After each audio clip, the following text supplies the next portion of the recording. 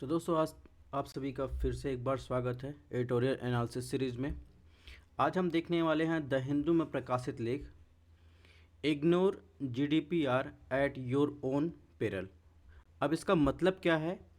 अगर संक्षेप में कहें तो ये आर्टिकल जो है भारत में व्यापक डेटा संरक्षण और कानूनों की आवश्यकता को अपनी आवश्यकताओं को इंगित करता है। इसमें हम देखने वाले हैं प्री में पूछे गए प्रीवियस ईयर से क्वेश्चन और इसके अलावा मेंस में पूछे गए क्वेश्चन अभ्यास प्रश्न भी देखेंगे। ये दोनों लैंग्वेज में होने वाला है जैसा कि मैं एडिटोरियल में करवाता हूँ। इसके अलावा आगे बढ़ने से पहले एक बात और बता दें, इसमें हम द हिंदू, इंडियन एक्सप्रेस और बहुत सारे जितने इंपॉर्टेंट न्यूज़पेपर हैं उनके इंपॉर्टेंट आर्टिकल कवर करते हैं। ये हमारा टेलीग्राम चैनल है स्टडी ऑन आईएएस, इसको आप सर्च कर सकते हैं। यहाँ पर आपको इसकी पीडीएफ मिलेगी। तो जहाँ तक बात रही कि जब आती है मामला डाटा प्राइवेसी की, तो ये आपके निजता के अधिकार से जुड़ता है, जो आपको आर्टिकल 21 के तहत जो अधिकार दिए गए हैं, मूल अधिकार, उससे संबंधित की मामला है। तो हम आगे आने वाले स्लाइड में देखेंगे कि सुप्रीम कोर्ट ने क्या क्या इसके बारे में अपने जजमेंट दिए हैं और क्या क्या हमारे अधिकार इसके बारे में मौजूद है और भारत सरकार की पहल क्या है। तो बात करें तो पेरल की, जीडीपीआर की बात करें, जनरल डाटा प्रोटेक्शन रेगुलेशन की बात कर रहा है, तो यूरोपीय यूनियन ने अपना डाटा प्रोटेक्शन रेगुलेशन पास किया है। तो उससे बहुत सारे जो है अदर कंट्री भी उससे प्रभावित हैं। तो चलिए देखते हैं आगे इसका मतलब और व्यापक रूप में समझते हैं क्या मतलब है इसका। ध्यान रखिएगा, ये आर्टिकल आपके लिए बहुत इंपॉर्टेंट है, आपके पॉलिटी की दृष्टि से, चाहे आपकी राज्य व्यवस्था हो या साइंस एंड टेक, दोनों की दृष्टि से। अगर बात करें भारत की, तो उससे पहले थोड़ा सा भूमिका देख लेते हैं। तो एक तो ज़माना डिजिटल युग में है, जिसमें अगर बात करें डिजिटल युग में आपका पर्सनल डाटा जो है उसका संग्रहण और प्रसंस्करण डिजिटल इकोसिस्टम के अंदर संचार एवं लेन देन का आधार बन गया है। लेकिन वहीं डिजिटल टेक्नोलॉजी के उसके मिसयूज की संभावना से पर्सनल डेटा की सुरक्षा के संबंध में चिंताओं को भी जन्म दिया है। इसी को देखते हुए ये यूरोपीय यूनियन का जो जनरल डाटा प्रोटेक्शन रेगुलेशन ढांचे का एक प्रमुख उदाहरण बना है। ठीक है, यानी जो मिसयूज़ हो रहा है उसी को देखते हुए यूरोपीय यूनियन ने जीडीपीआर अपना रेगुलेशन बनाया है और उसी को देखते हुए विश्व के बहुत सारे देश सोच रहे हैं कि ऐसा रेगुलेशन बनाने के लिए। अगर बात करें भारत में, तो भारत में पर्सनल डाटा के संरक्षण के लिए digital personal data protection bill, इसके अलावा इंफॉर्मेशन टेक्नोलॉजी एक्ट यानी आईटी एक्ट जैसी कई पहलों के माध्यम से अपने डेटा संबंध शासन यानी डेटा गवर्नेंस को मजबूत करने का प्रयास कर रहा है। भारत में डिजिटल इंडिया अधिनियम द्वारा आईटी अधिनियम 2000 में प्रतिस्थापित करना भी प्रस्तावित है। यानी अभी भारत के पास कोई व्यापक जो है जनरल डाटा प्रोटेक्शन रेगुलेशन नहीं है लाइक यूरोपीय यूनियन, लेकिन कई एक्ट के माध्यम से ये डाटा को प्रोटेक्शन देता है। अब बात करेंगे ईयू का जो है जनरल डाटा रेगुलेशन। ठीक है, यानी what are the global regulation regarding data governance. ठीक है, तो जीडीपीआर जो है पर्सनल डेटा के प्रसंस्करण हेतु एक व्यापक डेटा संरक्षण कानून पर केंद्रित है। इसमें जो है निजता गोपनीयता का अधिकार यानी राइट टू प्राइवेसी मौलिक अधिकार के रूप में स्थापित किया गया है। जो व्यक्ति की गरिमा उसके द्वारा सृजित डेटा यानी उत्पन्न डेटा पर उसके अधिकार का संरक्षण करने पर लक्षित है। जीडीपीआर की बात करें, उस पर द्वारा लगाए गए जुर्माने या दंड की बात करें तो विश्व भर के संगठनों को इस संबंध में अनुपालन को प्राथमिकता देने के लिए प्रेरित किया है। इस क्रम में Googles, WhatsApp, British Airways, Marriott सहित कई बड़ी कंपनियों को पर्याप्त जुर्माना लगाया गया है।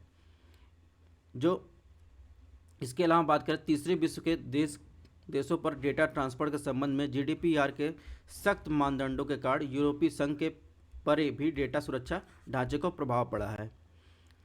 ठीक है, जो मैंने अभी इंग्लिश में पढ़ाया, सॉरी हिंदी में बताया, उसका ये इंग्लिश रूपांतरण है। आपको जो इंग्लिश मीडियम से वो यहाँ से देख सकते हैं। अब बात करें यूएसए में डेटा प्रोटेक्शन को लेकर क्या क्या रेगुलेशन है, तो अमेरिका में निजता के अधिकार या सिद्धांतों कोई व्यापक सेट मौजूद नहीं है। यहाँ पर सीमित स्तर पर क्षेत्र जो है विशिष्ट रेगुलेशन मौजूद है। और सार्वजनिक क्षेत्र और निजी क्षेत्र के प्रति जो है इनका जो है भिन्न भिन्न दृष्टिकोण अपनाया गया है डेटा सुरक्षा को लेकर। और यूरोपीय संघ की तरह जो है अमेरिका के पास जीडीपीआर की तरह डेटा का उपयोग संग्रहण प्रकटीकरण के संबोधित करता है। इसके अलावा बात है पर्सनल इन्फॉर्मेशन के संबंध में सरकार की गतिविधियों एवं शक्तियों को अच्छी तरह से परिभाषित किया गया है और इन्हें निजता एक्ट, इलेक्ट्रॉनिक ट्रांसफ़र, गोपनीयता नियम जैसे व्यापक कानूनों द्वारा समर्थित है। नेक्स्ट बात करें चीन के पास क्या है डेटा प्रोटेक्शन के लिए, तो डेटा गोपनीयता सुरक्षा पर पिछले 2 वर्षों में जारी किए गए चीन के नवीन कानूनों में पर्सनल इन्फॉर्मेशन प्रोटेक्शन लॉ शामिल है जो नवंबर 2021 में लागू हुआ। इससे चीन में डेटा प्रिंसिपल्स के संबंधित विशेष अधिकार प्राप्त हुए जिससे पर्सनल डेटा के दुरुपयोग को रोकने के लिए प्रयास किया गया है। सितंबर 2021 में लागू हुए डेटा सिक्योरिटी लॉ द्वारा व्यावसायिक डेटा महत्व के स्तरों को आधार पर डेटा को वर्गीकृत करना आवश्यक बन गया है तथा सीमा पार ट्रांसफ़र पर नए प्रतिबंध लागू किए गए हैं। तो ये जो है चीन से संबंधित डेटा प्रोटेक्शन को लेकर वहाँ के रेगुलेशन है। अब बात करेंगे डेटा गवर्नेंस को लेकर जो है भारत में क्या प्रोविजंस हैं। तो सबसे पहला आईटी एक्ट जो है अमेंडमेंट 2008, इसके तहत भारत में कुछ गोपनीयता संबंधी प्रावधान किए गए हैं। हालांकि ये प्रावधान व्यापक रूप से कुछ स्थितियों के लिए विशिष्ट हैं जैसे मीडिया मंचों पर किशोरों और बलात्कार पीड़ितों का नाम प्रकाशित करने पर प्रतिबंध आरोपित करता है। इसके अलावा एक इम्पॉर्टेंट मामला था राइट टू प्राइवेसी का। जस्टिस के.एस. पुट्टास्वामी जो सेवानिवृत्त होते उनके बनाम जो है भारत संघ मामला था 2017 में। तो ये जस्टिस पुट्टास्वामी थे और भारत सरकार के भी 2017 का मामला था। इसमें 9 न्यायाधीशों की पीठ ने सर्वसम्मत से निर्णय दिया कि भारतीयों को संवैधानिक रूप से संरक्षित यानी प्राइवेसी का फंडामेंटल राइट प्राप्त है जो अनुच्छेद 21 के अंतर्गत जो है प्राण एवं दैहिक स्वतंत्रता के अंतर्निहित अंग है, यानी fundamental right to privacy that is instrincs part of the life and liberty under the article 21।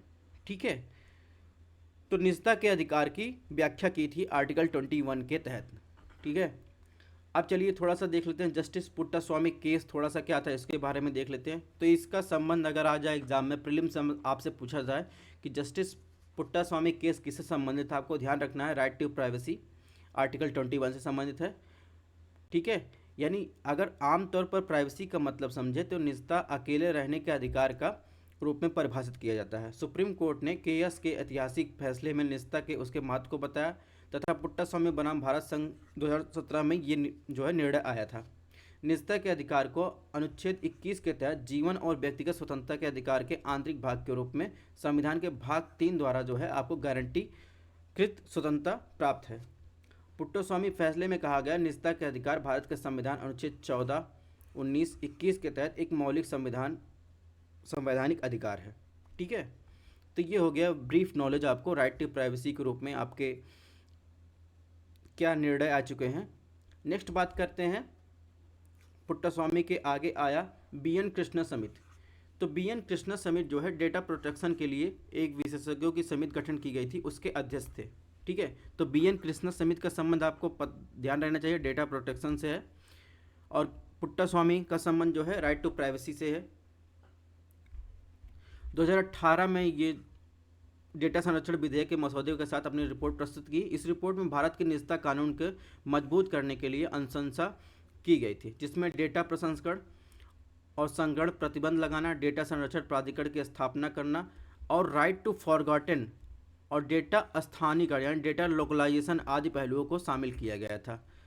ठीक है, तो राइट टू बी फॉरगॉटन जो है अनुच्छेद 21 के अंतर्गत आपके एक मौलिक अधिकार के रूप में सुप्रीम कोर्ट ने इसकी व्याख्या की है, ये भी आपको ध्यान रखना है। नेक्स्ट बात करेंगे सूचना प्रौद्योगिकी मध्यवर्ती दिशा निर्देश डिजिटल मीडिया आचार संहिता नियम 2021। तो आईटी नियम 2021 सिंपल लैंग्वेज में कहा जाए तो के द्वारा सोशल मीडिया प्लेटफॉर्म को अपने कंटेंट में बृहद तत्परता रखने हेतु बाध्य किया गया है। ठीक है, अब बात करते हैं नेक्स्ट जो है digital personal data protection bill. यह विधेयक भारत के अंतर डिजिटल पर्सनल डेटा प्रसंस्करण की एक ऐसी स्थिति लागू होता है जहां इस तरह के ऑनलाइन एकत्र किया जाता है अथवा ऑफलाइन एकत्र कर डिज़ाइन यानी डिजिटाइज किया जाता है। यह भारत के बाहर ऐसे प्रसंस्करण यानी प्रोसेसिंग पर भी लागू होगा जो भारत में वस्तुओं और सेवाओं की पेशकश या भारतीय व्यक्तियों की प्रोफाइलिंग पर लक्षित है।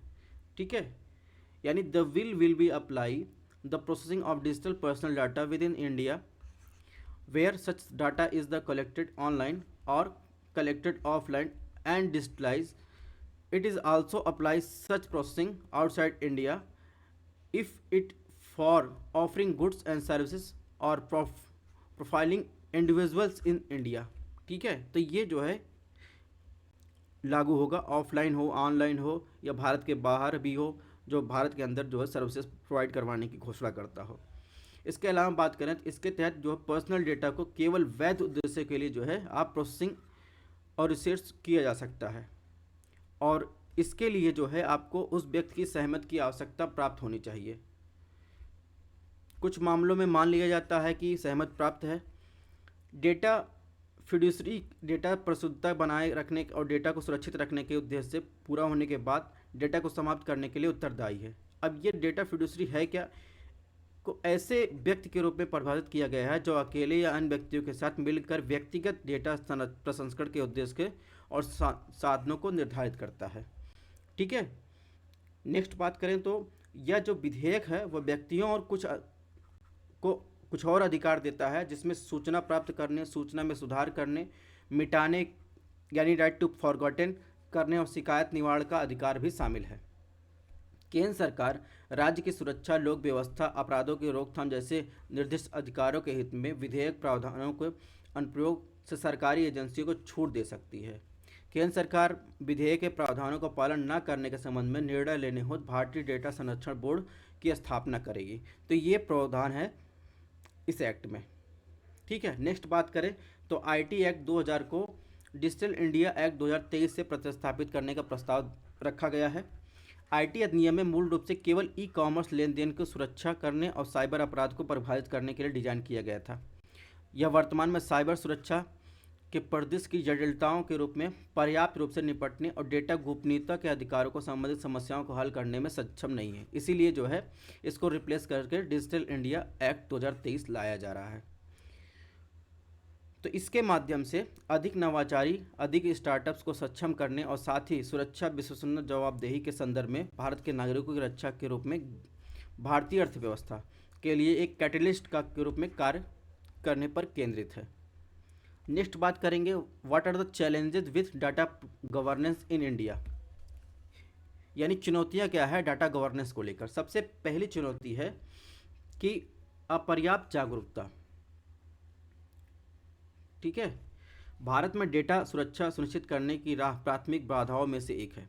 डेटा सुरक्षा के महत्व, डेटा उल्लंघनों से जुड़ी संभावित जोखिमों के बारे में व्यक्तियों के संगठनों के बीच समझ सीमित है। तो उसके परिणाम स्वरूप क्या होता है, पर्सनल डेटा की सुरक्षा के लिए आवश्यक सावधानी बरतने में कठिनाई हो सकती है।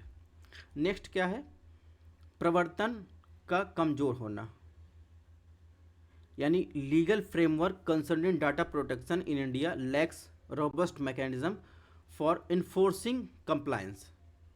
ठीक है,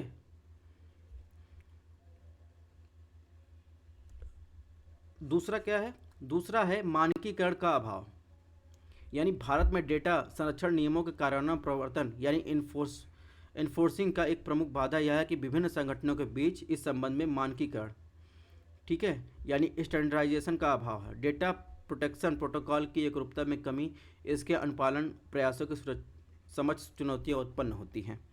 तो ये इसके अलावा अन्य कमी ये है कि चुनौती है कि संवेदनशील डेटा के लिए अपर्याप्त सुरक्षा उपाय है। ठीक है, भारत में डेटा सुरक्षा और स्वास्थ्य डेटा, बायोमेट्रिक डेटा या संवेदनशील डेटा के लिए पर्याप्त सुरक्षा उपाय करने में विफल रहा है। ठीक है, इसलिए भी चिंता का विषय है। नेक्स्ट बात करेंगे तो अब आगे की राह क्या होनी चाहिए भारत में, तो रोल मॉडल के रूप में सरकार, यानी government as a role model, एक डेटा फिड्यूसरी और प्रोफेसर के रूप में अपनी महत्वपूर्ण भूमिका को देखते हुए सरकार को चाहिए कि डेटा प्रोटेक्शन को प्राथमिकता देने के संदर्भ में रोल मॉडल के रूप में कार्य करें। इसके अलावा प्रभावी यानी इफेक्टिव गवर्नेंस को सुनिश्चित करने के क्रम में संसदीय न्यायिक परीक्षण के साथ स्वतंत्र और सशक्त डेटा संरक्षण बोर्ड की स्थापना किए जाना महत्वपूर्ण है। ये सरकार को करना चाहिए प्राइवेसी को ध्यान में रखते हुए। नेक्स्ट बात करें तो सरकार को ये भी चाहिए कि नवाचार रेगुलेशन को संतुलित करना महत्वपूर्ण है। पर्सनल डेटा की सुरक्षा के कड़े नियम आवश्यक है, लेकिन अत्यधिक निर्देशात्मक और प्रतिबंधात्मक मानदंड नवाचार को रोक सकते हैं। यानी अगर आप जो है ओवर प्रोटेक्शन दे देंगे तो उसमें जो भी इनोवेशन हो जाए रिसर्च एंड डेवलपमेंट के बीच में, तो वो उसको नवाचार को इनोवेशन को रोक देगा और सीमा पार डेटा प्रवाह को बाधित कर सकते हैं। पर्सनल डेटा को प्रभावी ढंग से रक्षा करते हुए इनोवेशन को बढ़ावा देने के लिए सही संतुलन बनाए रखना, यानी मध्यम मार्ग का पालन करना चाहिए गवर्नमेंट को।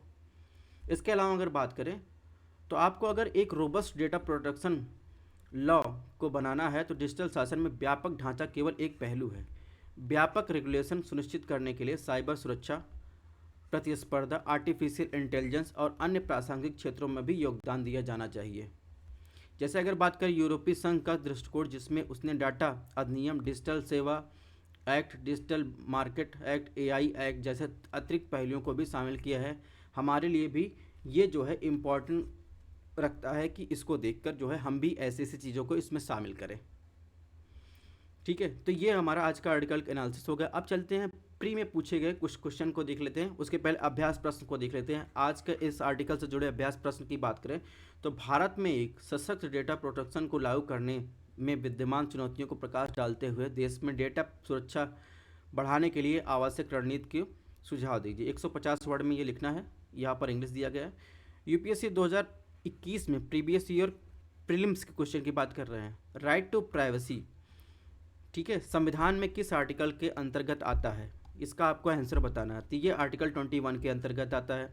ठीक है, इसके अलावा तो बात करें तो इसमें एक क्वेश्चन पूछा गया था 2018 में प्रीलिम्स में, निजता के अधिकार को जीवन और व्यक्तिगत स्वतंत्रता के अधिकार के आंतरिक भाग के रूप में संरक्षित किया जाता है। भारत के संविधान निम्नलिखित में किससे उपयुक्त कथन सही और समुचित ढंग से आर्थित होता है।